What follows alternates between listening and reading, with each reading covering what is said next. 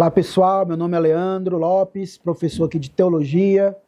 Hoje nós vamos aqui estudar a unidade 5 da nossa disciplina de Hermenêutica Bíblica. Hoje nós vamos, pessoal, aqui conversar um pouquinho sobre o intérprete, né? Quais são as qualificações do intérprete bíblico, né? De mim e de você, como estudante, ou como você, como leitor da Bíblia, né? Então veja, uma das qualificações, pessoal, de um intérprete é uma fé refletida no Deus que revela, né?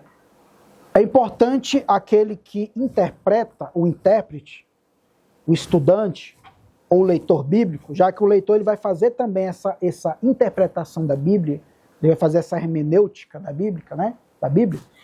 É importante ele ter uma fé refletida no Deus que revela. É importante. Colocando Deus ali como a fonte reveladora da sua palavra. Então veja, já que a Bíblia é a revelação de Deus para seu povo, então é essencial para o entendimento desse livro conhecer a Deus e crer que ele fala através dela. O profeta Oséias, pessoal, lá em Oséias capítulo 6, versículo 3, ele diz: conheçamos e prossigamos em conhecer ao Senhor. Então veja, conheçamos, diz o profeta Oséias lá em capítulo 6, versículo 3, conheçamos e prossigamos em conhecer a Deus. Ou seja, o primeiro ponto é conhecer a Deus, o segundo é prosseguir nesse conhecimento. Não é conhecer e deixar de conhecer, mas é, primeiramente, conhecer e conhecer nesse prosseguimento, o conhecimento de Deus. Então é importante, pessoal, termos essa fé refletida naquele que revela. É importante. Se nós entendemos que a Bíblia é a palavra de Deus revelada, é importante nós entendermos que é essencial conhecer esse Deus. O que ele quer dizer através da sua palavra revelada. A Bíblia usa o termo fé, pessoal, para descrever esse elemento que é essencial. É essencial nós entendemos e temos essa fé. Por quê? Porque a Bíblia é um livro espiritual. Por mais que a Bíblia vai ter ali essa parte, como eu expliquei na nossa matéria, em uma das aulas passadas, eu falei que nem tudo na Bíblia é literal, porque a Bíblia ela vai ter a sua parte simbólica também. Eu citei ali como exemplo o livro de Apocalipse. O livro de Apocalipse vai ter muita simbologia. Né? A Bíblia vai usar figuras de linguagem. Jesus vai dizer que ele é a porta, Jesus vai dizer que ele é o pão. Ou seja, nós sabemos que Jesus não é literalmente um pão, e não é literalmente uma porta. Ali ele usou uma figura de linguagem para aplicar a si mesmo aquilo que ele queria dizer ali para o seu povo. Mas é importante nós termos fé, pessoal, na Bíblia, como um fator essencial para nós entendermos ela. Né? Ou seja, a Bíblia usa o termo fé para descrever esse elemento essencial nesse relacionamento com Deus. Para nós termos esse relacionamento com Deus, é necessário nós termos fé. Não faz sentido nós nos relacionarmos com Deus, com uma pessoa, já que Deus é uma pessoa, Deus não é... Nós temos que ter esse relacionamento pessoal com Deus, porque Deus ele é um ser pessoal e não impessoal. Então Deus é um ser pessoal, que nós nos relacionamos com Ele. E para nós nos relacionarmos com Ele, nós temos que ter essa fé. Como é que eu vou me achegar a alguém a qual eu não tenho fé? Como é que eu vou me achegar a alguém a qual eu não creio, a qual eu não acredito? Né? E é isso que Hebreus vai dizer. Né? Hebreus 11:6 vai dizer o quê? Que é necessário que, primeiramente, sem fé é impossível agradar a Deus. Hebreus 11, capítulo 6, vai dizer. O escritor de Hebreus vai dizer ó, que é impossível agradar a Deus sem ter fé, em outras palavras. Né? É impossível agradar a Deus sem ter fé. Pois quem se aproxima de Deus, é preciso crer. É necessário crer que Ele existe e que é galardoador daqueles que o buscam. Ou seja, não faz sentido nós nos achegarmos a Deus se nós não temos fé. Primeiramente, o que o escritor de Hebreus diz é o seguinte: é impossível agradar a Deus, aquele que não tem fé. Segundo, é necessário, né, pois aquele que se aproxima dele, é necessário ele crer que ele existe. E que ele é galardoador, ou seja, ele é recompensador daqueles que o buscam. Ou seja, não faz sentido me aproximar de quem eu não creio. Não faz sentido eu buscar se eu não creio. É alguma pessoa sem sentido, sem propósito. É a mesma coisa de eu sair da minha casa sem propósito. Eu vou para onde? Geralmente, quando a gente sai da nossa casa, a gente tem um objetivo. A gente tem um destino. Seja a faculdade, seja a escola, seja o trabalho, seja a igreja, seja a academia, seja ali fazer uma corrida, fazer uma caminhada. Mas, enfim, todos nós temos o quê? Ao sairmos de nossa casa, nós temos o quê? Um destino. Né? Nós temos um propósito. Então, relacionado a Deus, não faz sentido nós se achegarmos a Ele se a gente não crê nele. Né? E a disposição de se colocar sob o texto, pegando aqui agora dentro da perspectiva do texto bíblico, uma das qualificações também do intérprete, pessoal, é a disposição de se colocar sob, e não sobre, mas sob o texto, de se submeter à vontade para ouvir e reagir ao texto de maneira fiel. Então é necessário aquele que, uma das qualificações do intérprete bíblico, de nós, é estarmos sob, não sobre o texto bíblico, nós estamos sob o texto e de nos submeter à vontade para ouvir e reagir ao texto de maneira fiel. É importante. O outro ponto, pessoal, outra qualificação, que é um ponto importante, é a iluminação do Espírito Santo. Ou seja, geralmente as pessoas, talvez uma pessoa mais assim de fora, talvez até dentro da igreja mesmo, um estudante, por exemplo, talvez o pensamento que vem na mente das pessoas é assim, que o teólogo, por exemplo, é aquela pessoa que está ali trancada no seu escritório, na sua biblioteca, cheio de livros. Mas, pessoal, é importante saber que o teólogo ele tem o seu lado devocional também. Ele tem o seu lado espiritual também. Ou seja, dentro dos seus estudos ali, ele pede a orientação do Espírito Santo. Ele pede ali o entendimento, a iluminação do Espírito Santo também nos seus estudos. Né? Então, ele tem os seus milhares ou dezenas de livros ali como seus instrumentos de trabalho. Cada pessoa, no seu ramo ali de trabalho, tem as suas ferramentas.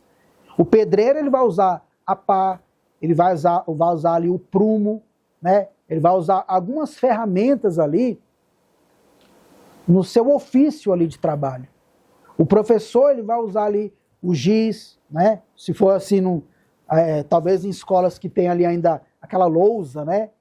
Vai usar o giz, mas quem já é em outras escolas vai ter o quadro ali onde vai se usar o pincel, né? Vai usar ali o livro ali como a sua ferramenta de trabalho ali, um outro livro, o dicionário, né? O seu estojo. Então, assim, cada pessoa no seu ramo vai usar o seu instrumento de trabalho. E o teólogo não é diferente. Ele vai usar aquilo que ele tem à sua disposição para estar o quê? Produzindo. Para estar estudando o texto bíblico. Mas é necessário ele ter o quê? Essa iluminação do Espírito de Deus também nos seus estudos. Então, veja, o teólogo ele tem que permitir, né? Uma das qualificações do intérprete é ele permitir que o Espírito Santo de Deus complemente o processo da exegese. O que é exegese? Exegese, dentro do grego, significa retirar, arrancar o sentido do texto. Ou seja, é entender o que realmente o escritor bíblico quis dizer naquele texto. Exemplo. Quando a Bíblia fala lá em 1 Reis que Salomão teve várias mulheres, o que o escritor quer dizer ali? Que aqueles vários casamentos que ali Salomão teve, na verdade, foram alianças políticas. Quando a gente pega, pessoal, dentro da história, eu sou professor de história também, quando a gente pega dentro da história, vários casamentos foi mais assim, no sentido de acordos ou alianças políticas. Salomão era um político, Davi era um político. Então, tanto é que a gente vai ver Salomão fazendo acordos ali, né, com o rei de Tiro. A gente pega ali Tiro, né, na antiguidade, Tiro era uma cidade muito próspera, que era muito assim conhecida pelas suas grandes navegações, né? Então a gente vai ver Salomão ali fazendo negócios com o rei de Tiro, né, trocando madeira, um pegando ouro, pegando fio, então assim, fazendo trocas ali, mercadorias, importando e exportando mercadorias, que é algo que acontece muito hoje, né, entre os países. Então veja que a exegese ali do texto ali desse contexto de Salomão, tendo várias mulheres ali, mulheres moabitas, sidônias, egípcias, na verdade ali foram acordos políticos, alianças políticas, para estreitar ali a política de Salomão e os outros reinos ali, né? Então veja, da sua parte, né, dentro disso daqui, o Espírito Santo de Deus ele complementa o processo de exegese. Da sua parte, Deus traz o recurso para o entendimento obediente de uma verdade, que é a iluminação do Espírito Santo. Uma consequência da presença do Espírito Santo na vida do cristão é a iluminação. Ou seja, uma consequência dessa presença de Deus na minha e na sua vida é a iluminação do Espírito Santo. E é Ele que ilumina. Por isso que o salmista vai dizer, né, que a palavra ali é como lâmpada que ilumina os meus pés. Olha só. Então veja, temos que pedir a Deus para nos auxiliar. Então todo aquele que estuda o texto bíblico, ele não tem que somente confiar no seu autoconhecimento. Ele não tem que confiar somente no dicionário bíblico, no dicionário léxico gramatical, confiar nos seus vários livros. Ele tem que confiar também no auxílio, ele tem que pedir, né, melhor, o auxílio do Espírito Santo nos seus estudos, né, para que Deus fale conosco. Então, seja, não podemos substituir, pessoal, o trabalho dedicado da exegese pela oração. Então é necessária a oração também. Oremos para que façamos bem o nosso trabalho, para que sejamos sensíveis à orientação de Deus, do Espírito, e para que sejamos obedientes à verdade do que descobrimos. Ou seja, temos que ter uma vida espiritual com Deus. Até no nosso trabalho de interpretação do texto bíblico. No nosso estudo do texto bíblico é necessário nós pedimos esse auxílio do Espírito Santo de Deus no nosso trabalho, no nosso direcionamento ali, né? Temos que reconhecer que somos membros do corpo de Cristo, a igreja. Então, dentro disso também, pessoal, temos que reconhecer que nós fazemos parte desse corpo de Cristo. Que Cristo é a cabeça e nós somos o seu membro. Por isso que Paulo vai fazer, interessante que o apóstolo Paulo, ele vai fazer uma analogia ali da igreja como um grande edifício, a qual esse edifício é constituído de pessoas, a qual a mão não pode dizer para o pé que ela não necessita do pé e que o pé não pode falar para a mão que necessita da mão. Na verdade, quando um sofre ali, quando um membro fica enfermo, todos os membros ficam enfermos também. Ele está falando de igreja ali. Pegando esse exemplo aqui, nós temos que reconhecer que nós fazemos parte de uma comunhão, koinonia no grego, que é essa comunhão com Deus. É necessária essa comunhão. É necessário nós reconhecermos que nós somos membros de uma igreja. Temos também como disposição, pessoal, uma disposição de utilizar os métodos adequados. Precisamos de métodos que são adequados à tarefa da interpretação. Essa tarefa exige, pessoal, dedicação e compromisso. Como nós aprendemos na primeira aula e temos aprendido até aqui, esse trabalho de interpretação é árduo. Imagina você, eu tive a oportunidade de conversar com um teólogo uma vez, onde eu trabalhava antigamente, ele falou, Leandro, às vezes para nós traduzirmos um texto, nós gastamos o dia inteiro para traduzir aquele texto ali. E essa pessoa, ele fazia parte de uma comissão de liturgia da Igreja Católica, a qual ele era a pessoa responsável ali por aquela comissão, né, o secretário daquela comissão ali. a qual eles tinham um trabalho ali, pessoal, de traduzir os textos litúrgicos da Igreja Católica, ao qual eles usam em todas as igrejas da Igreja Católica, no seu culto, na sua liturgia.